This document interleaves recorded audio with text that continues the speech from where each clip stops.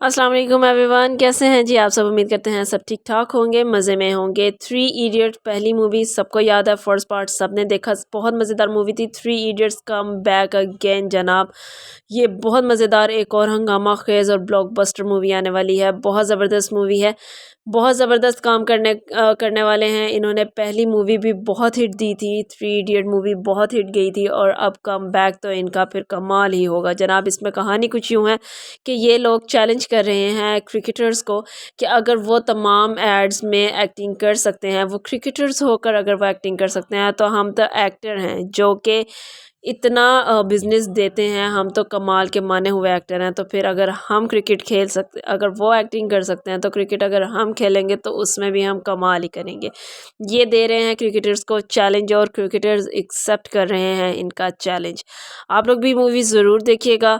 इसके जो ट्रेलर्स आ रहे हैं, इसके जो प्रोमोज आ रहे हैं, वो बहुत मज़ेदार हैं। आपके फीडबैक का इंतज़ार रहेगा, बताइएगा ज़रूर आपको वीडियो